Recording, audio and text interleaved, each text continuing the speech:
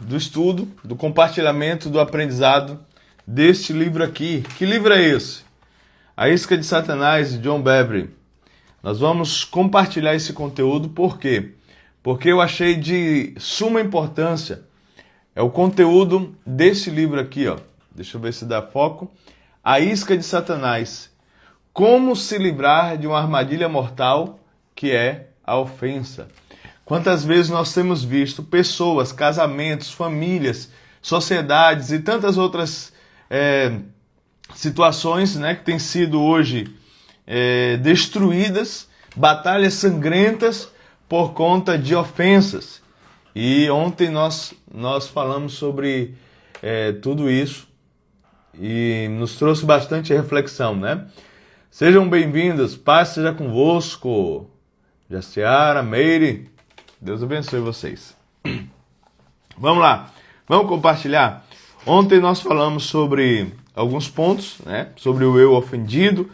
Nós percebemos que as grandes batalhas, a maioria das batalhas que são travadas, as mais sangrentas, são entre pessoas próximas, certo? E a ofensa, ela acontece realmente com pessoas próximas. O orgulho é um impedimento que faz com que as pessoas não se permitam serem perdoadas e livres, né? E nós aprendemos que a cura é o arrependimento, mesmo do ofendido. O ofendido precisa se arrepender de ter guardado a ofensa. Então, já tem muita coisa legal ali só no dia de ontem. E hoje nós vamos compartilhar o capítulo 2. Então fica com a gente aí, tá? O capítulo 2, o tema é o seguinte: escândalo em massa, né? Lembrando que escândalo, no primeiro capítulo nós ouvimos ali, que escândalo representa uma armadilha, né? Que vem de armadilha ou de arapuca. O escândalo é uma armadilha. Então, isso muda um pouco a nossa percepção acerca desta palavra na Bíblia. Vou fazer o seguinte também, se você quiser, pega esse aviãozinho aqui embaixo e envia para algumas pessoas que você, de repente, acredita que faz sentido para elas estar aqui com a gente hoje.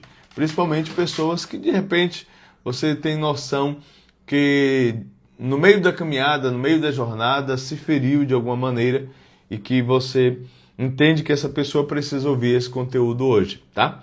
Manda aí, manda no grupo do WhatsApp, traz algumas pessoas para cá. Vamos lá. Nesse capítulo 2 ele fala sobre o escândalo em massa, né? Ele começa com o livro de Mateus, capítulo 24, versículo... É isso mesmo. Mateus 24, 10 a 13, que diz: nesse tempo, muitos hão de se escandalizar, trair e odiar uns aos outros, levantar-se-ão muitos falsos profetas e enganarão a muitos. E por multiplicar a iniquidade, o amor de muitos se esfriará, de quase todos. Aqueles, porém, que perseverar até o fim, esse será salvo, né? Ele fala sobre a questão do amor e principalmente ele fala muito sobre o amor no começo desse capítulo aqui, mas nós vamos já para a parte que importa, que eu quero compartilhar aqui com você, né? Para você que está chegando aí, não está entendendo o que está acontecendo, eu estou compartilhando o aprendizado desse livro aqui e eu acho muito pertinente para os tempos de hoje, tá? Vamos lá. Na parte 2 aqui, ele vai falar muito sobre a gente geralmente é ofendido por pessoas que nós criamos expectativas. Ele diz assim: se tivermos expectativas a respeito de determinada pessoa, essa pessoa pode nos decepcionar. Elas nos decepcionarão quando deixarem de atender às nossas expectativas. Mas, se não tivermos expectativas com relação a alguém, qualquer coisa que nos seja dada será uma bênção e não é algo que nos é devido, né? Então, muitas vezes nós vemos pessoas decepcionadas, ofendidas por algumas pessoas, não necessariamente por conta de uma atitude da pessoa, mas por uma intenção ou por uma conclusão de um pensamento que não se concluiu, né? Não aconteceu do jeito que queria, ou seja, criou expectativa e quando a pessoa não correspondeu àquela expectativa, essa pessoa se sentiu frustrada e ofendida pela outra pessoa, né? Nós nos predispomos a nos ofender quando exigimos certos comportamentos daqueles com quem nos relacionamos. Quanto mais esperamos, maiores são as possibilidades de nos ofendermos. Olha só que interessante. E eu quero aqui que você preste bem atenção nessa parte a partir de agora, tá? Ele diz assim, ó, os muros de proteção, né? Que são os muros de proteção? Um irmão ofendido, está lá em Provérbios 18 e 19. Um irmão ofendido resiste mais do que uma fortaleza, e suas contendas são ferrolhos de um castelo. Gente, olha só que poderoso isso aqui. Um irmão ofendido é mais resistente que uma fortaleza. Isso aqui é terrível. E você vai entender isso aqui, ó.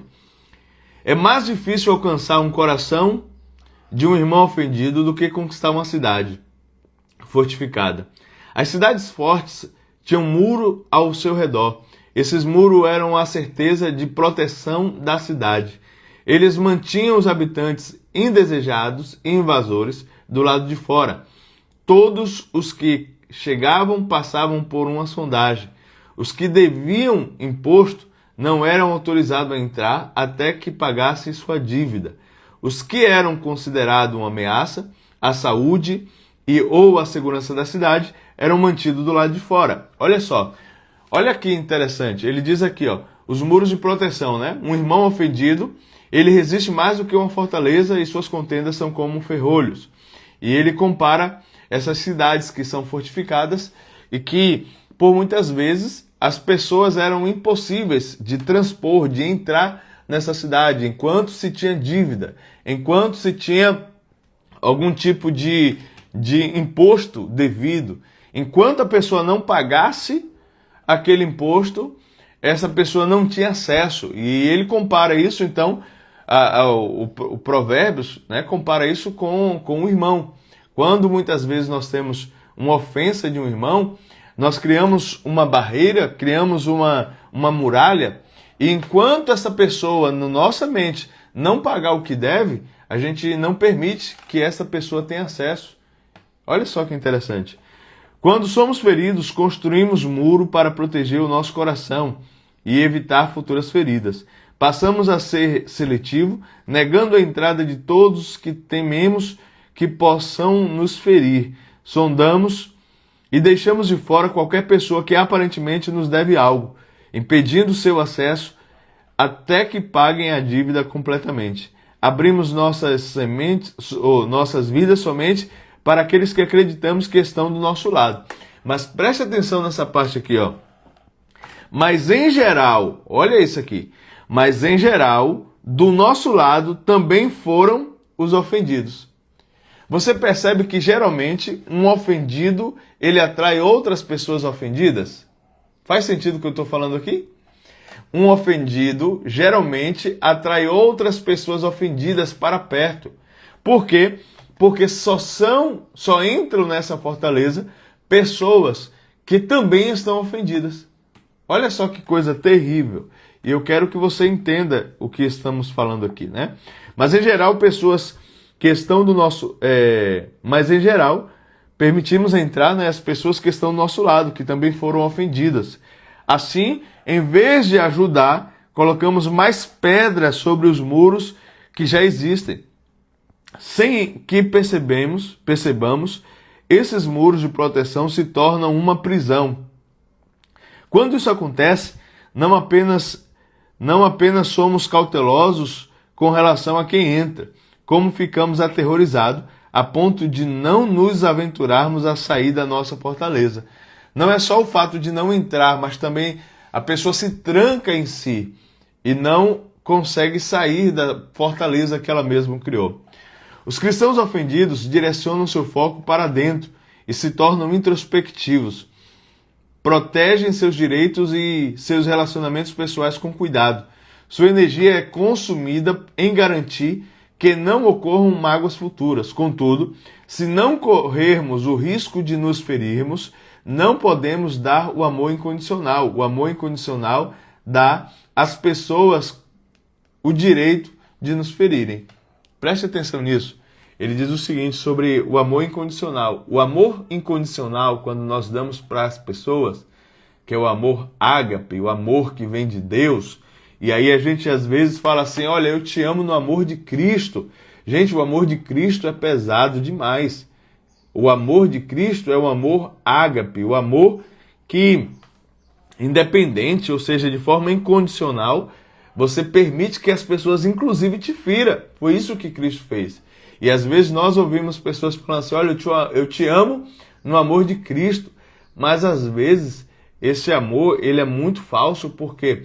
Porque basta a pessoa pisar no seu calo, tudo muda. As pessoas mudam por conta de um amor que é fingido, o amor que nós dizemos ser o amor de Cristo. Então, o amor condicional dá às pessoas o direito de nos ferirem. Olha só que pesado isso. Quem está entendendo isso aqui que eu estou falando? Eu não sei nem quem está aí ainda. Eu sei que isso aqui é pesado, né? O amor não busca os seus próprios interesses. As pessoas feridas se tornam mais e mais autossuficientes e centradas no seu próprio interesse. Um exemplo natural são dois mares da Terra Santa. O Mar da Galileia recebe e fornece água liberalmente. Sempre ele possui uma abundância de vida, alimentando várias espécies diferentes de peixes e de plantas. O Mar da Galileia é levada através do Rio Jordão até o Mar Morto. Mas o Mar Morto só recebe e não fornece água para lugar nenhum. Não existe plantas vivas ou peixes nele. As águas vivas do Mar da Galileia se tornam mortas quando misturam-se com as águas acumuladas do Mar Morto. A vida não pode se sustentar em si se for retida. Ela precisa ser dada com liberalidade. Olha só que interessante isso daqui. Ele compara a pessoa, né, que se fecha nessa muralha, nesse muro de proteção, para não ser ofendida.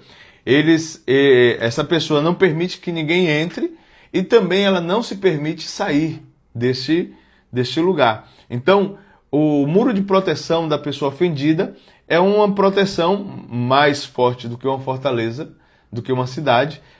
E, por conta disso, ele também, o escritor, compara esses dois mares, né, da Galileia. O Mar da Galileia, os mares da Terra Santa. O Mar da Galileia, que recebe água e fornece água. Isso representa muito aquilo que precisa acontecer em nossa vida. Nós precisamos receber e dar, né? Ou seja, nós precisamos ter entradas e saídas dentro da nossa vida. Ou seja, ninguém é autossuficiente, que eu não preciso de ninguém. E também ninguém pode ser como uma muralha que também não permite sair, né? Então, ele compara isso. O Mar da Galileia recebe água, fonte de água, e também libera água para o Rio Jordão. E aí o que acontece? Já o Mar Morto, não. O Mar Morto, a água chega nele e ele não tem vazão, ele não tem saída. E aí o que acontece com isso? Não existe vida. E é assim a vida de um crente ofendido. Se trancou, se fechou e não se permite agora que águas entrem e que águas também possam fluir de si. Não existe vida no Mar Morto porque ele retém aquilo que ele recebeu e não distribui, não libera para outras pessoas. Gente, isso daqui é poderoso demais. Isso daqui é poderoso demais. Se você entender isso daqui, assim é um cristão ofendido. É alguém que recebe vida, mas por causa do medo não consegue liberar vida. Olha isso. Consequentemente, até a vida que entra se torna estagnada dentro dos muros da prisão da ofensa. O Novo Testamento descreve esses muros como fortalezas. 2 Coríntios 10, 4 a 5 diz assim, porque as armas da nossa milícia não são carnais, e sim poderosas em Deus para destruir fortalezas, anulando nós sofisma e toda altivez que se levante contra o conhecimento de Deus. Preste atenção nisso, porque as armas da nossa milícia não são carnais, e sim poderosas em Deus. Para quê? Destruir as fortalezas, anulando nós sofismas e toda altivez que se levanta contra o conhecimento de Deus, levando cativo todo pensamento à obediência de Cristo. 2 Coríntios 10, 4 e 5. Vamos lá. Essa fortaleza cria padrões estabelecidos de razões através dos quais toda informação que entra é processada. Embora elas tenham sido inicialmente levantadas com o fim de proteger, ou seja, as muralhas que fazemos, construímos através, quando nós recebemos a ofensa, essas muralhas inicialmente é construída para nos proteger, mas passa a ser uma fonte de tormento e distorção, porque guerreiam contra o conhecimento de Deus. Olha que coisa poderosa isso. Essas muralhas, elas guerreiam contra nós mesmos, contra o conhecimento de Deus. Quando filtramos tudo através da nossa mágoa, rejeições e experiências passadas, achamos impossível crer em Deus. Entendeu isso daqui? Quando a gente começa a levantar essas muralhas e que muitas vezes guardamos essas ofensas, nós passamos a expulsar o conhecimento que nós temos em Deus e passamos então a filtrar tudo através da nossa mágoa. Passamos a enxergar todas as coisas através da nossa mágoa. E qual é o problema disso?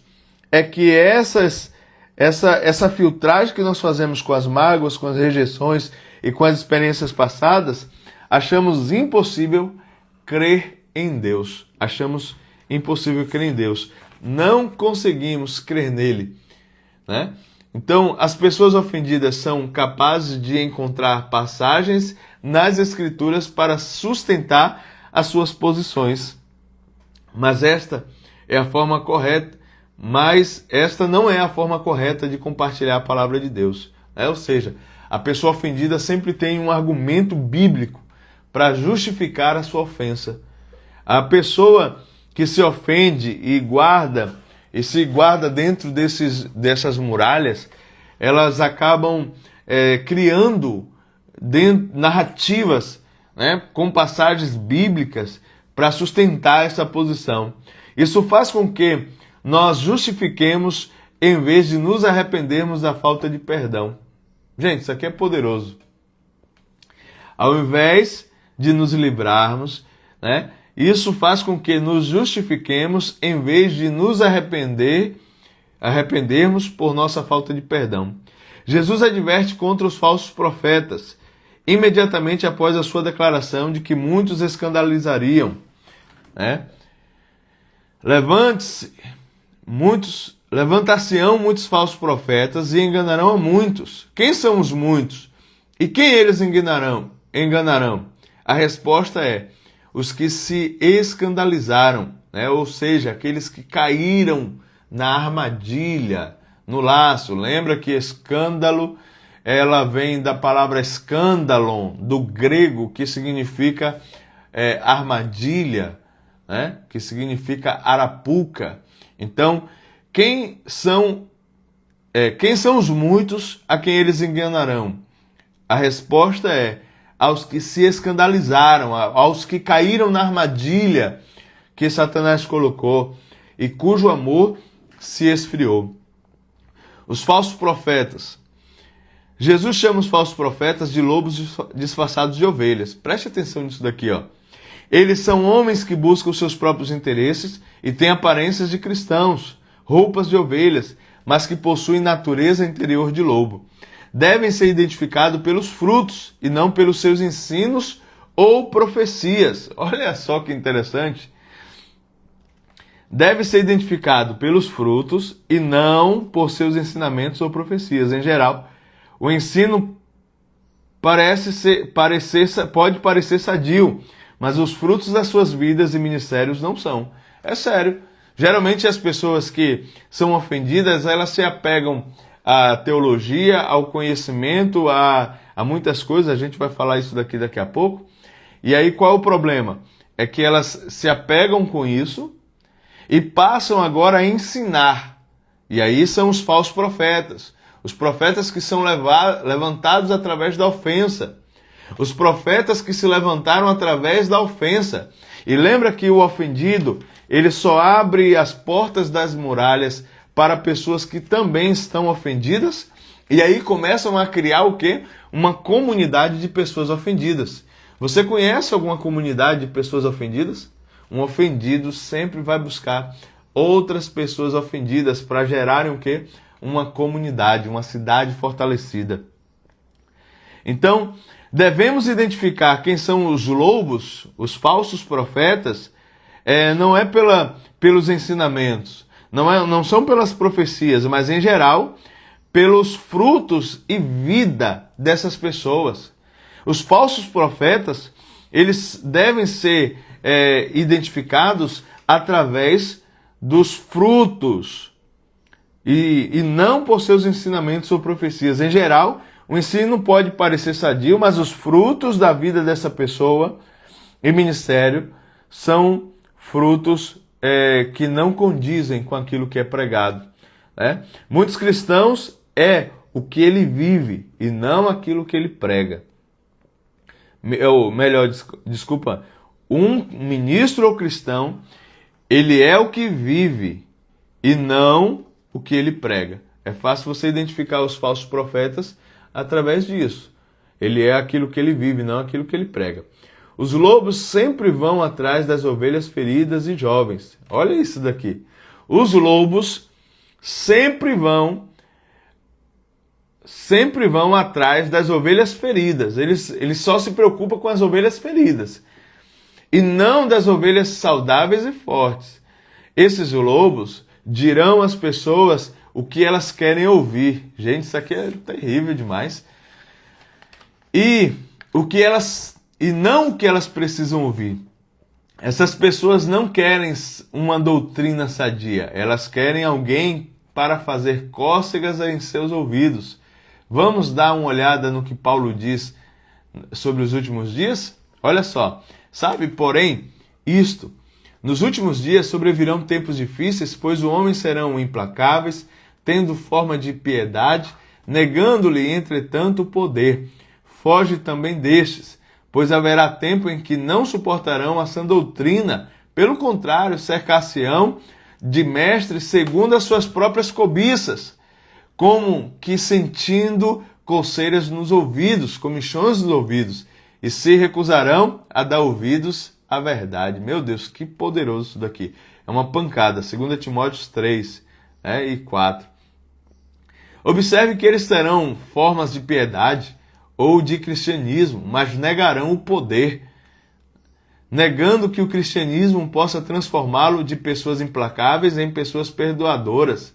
Eles se gabarão de serem seguidores de Jesus e proclamarão sua experiência de novo nascimento, mas não permitirão que aquilo que se gabam penetre em seu coração e extraiam o caráter de Cristo. Meu Deus, isso aqui é poderoso demais. Só quem está entendendo o poder, né, sobre isso daqui e a isca que Satanás tem usado para enganar tantas pessoas consegue ter dimensão. E a sua geração de informação? Paulo pôde ver profeticamente que os homens e mulheres enganarão e teriam zelo pelo conhecimento. É sério. Pessoas que são ofendidas, elas têm um zelo tão grande pelo conhecimento, elas se preocupam tanto com o conhecimento, com o ensino, mas que na verdade muitas vezes negam o poder de Deus em transformação, em transformar. É interessante que quando nós lemos isso daqui, nós lembramos de algumas pessoas. Sim ou não? Quando nós lemos isso daqui, a gente acaba lembrando de algumas pessoas que falam assim, gente, isso daqui é muito evidente. Algumas pessoas a gente consegue de verdade perceber isso. Vamos lá, estamos quase finalizando já. Estamos quase finalizando. Não importa o quanto você está atualizado sobre as novas revelações dos muitos seminários. Olha isso. Não importa o quanto você está atualizado sobre as novas revelações de muitos seminários, congressos que frequentou, nem quantos livros você leu, nem mesmo quantas horas você ora e estuda. Se você está ofendido e não consegue perdoar, se recusa a se arrepender por esse pecado, você ainda não chegou ao conhecimento da verdade.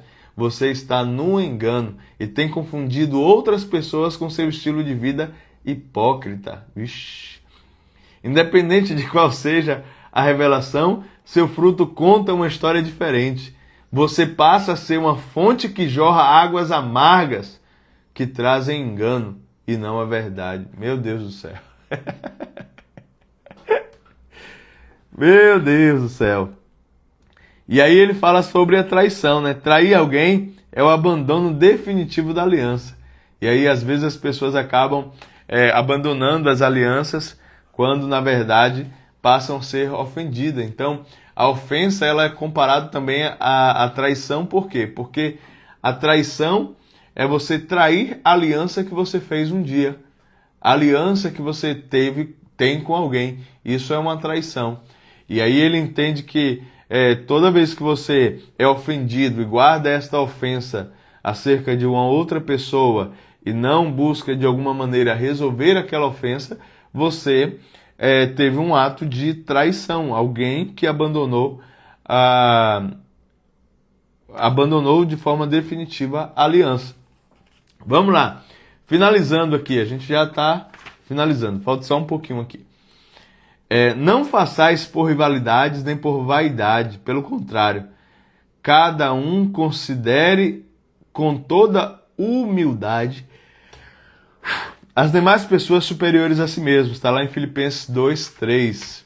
E por final, né, e já encerrando aqui esse capítulo, ele fala o seguinte: creio que você pode perceber o quanto é grave o pecado da ofensa. Ele, se não for tratado, a ofensa acabará levando à morte.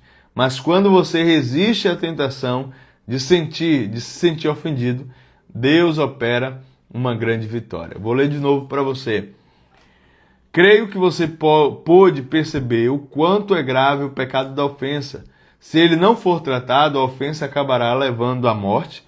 Mas quando resiste à tentação de sentir ofendido, Deus opera uma grande vitória, né? Então tá aí o tema de hoje. E amanhã nós vamos falar como isso pode acontecer comigo. Como isso pode acontecer comigo. Você vai identificar algumas coisas na sua vida que são frutos da ofensa, tá? E aí, vocês estão gostando da leitura desse livro?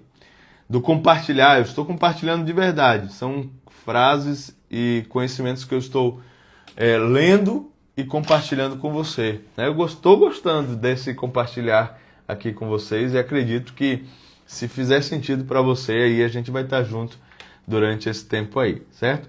O horário de meio-dia, você acha que tá legal, tá bacana, dá para ser meio-dia? Ou a gente faz no período da manhã, mais cedo, às 7 horas? Não sei. Deixa aí o seu comentário se você assistiu até agora. E eu creio que amanhã, meio-dia mais uma vez, nós estaremos juntos aqui para dar continuidade à leitura desse livro aqui, que é tão importante, né? Um livro tão importante para os tempos presentes. É violento demais.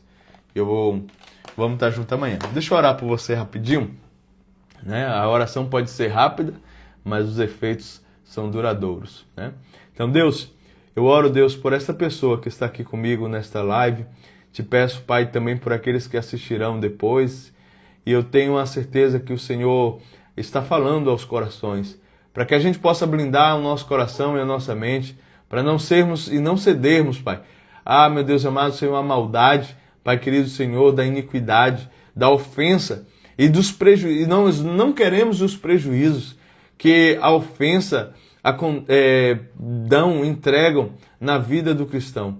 Pai, nos ajuda nesta jornada, para que possamos nos livrar da ofensa e para que possamos, Pai, sermos aqueles que sustentam, Pai amado Senhor, a verdade. Por isso, eu te peço, abençoa os meus irmãos que aqui estão, abençoa os irmãos que chegaram até aqui, e eu te peço, concede uma graça especial em nome de Jesus, né? O nome do livro, aqui ó, o nome do livro é A Isca de Satanás, né? Como se livrar de uma armadilha mortal. E amanhã a gente vai tratar o capítulo 3. Gente, eu aconselho de verdade, pega esse link aí, assista o de ontem, porque é muito importante. Se você não assistiu o de ontem, assista o de ontem, porque é um complemento, tá? E aí hoje, volta lá, assiste de novo, compartilha com outras pessoas se você achar por bem. E amanhã nós vamos estar falando sobre o capítulo 3, né? Eu vou grifar aqui também o aprendizado, e à medida daquilo que eu for aprendendo, né, for absorvendo desse livro, eu vou compartilhar com você. Eu não estou fazendo a leitura toda, estou fazendo apenas de alguns pontos importantes para compartilhar com você, tá bom? O nome do livro já falei. Vamos lá, isso deveria cair essa arapuça para alguns líderes da igreja. Na verdade, a arapuca é para cair em todos os crentes, né? Não somente nos líderes. E porque muitas vezes é o que eu... Veja o capítulo de ontem. O capítulo de ontem falou sobre, a maioria das vezes, as guerras mais sangrentas são de pais e filhos, de pessoas próximas. Então, a gente precisa entender isso, que acontece em todo o tempo, tá? Em todas as esferas da sociedade. Seja numa sociedade, seja numa amizade, na vizinhança, nas pessoas mais próximas, em famílias, em casamentos, né? Ele, inclusive, ontem eu falei aqui, que uma das guerras, um dos piores tribunais para se assistir é o tribunal da vara da família, que é a forma de como as pessoas que um dia se amaram, se casaram, viveram juntos, se odeiam tanto. Isso tudo por conta de ofensas que não foram tratadas quanto deveriam. Então, analise sempre a possibilidade desses aprendizados naquilo que se trata de ser algo comum na vida de cada um de vocês, né? Na minha vida também eu vejo dessa forma, tá? Faz o seguinte, veja o de ontem e amanhã estaremos juntos para compartilhar o capítulo 3. Valeu? Compartilha aí. Fala com alguém. Gente, você precisa ver esse resumo desse livro aqui. Vai lá e vamos juntos. Deus abençoe, gente. Tchau, paz.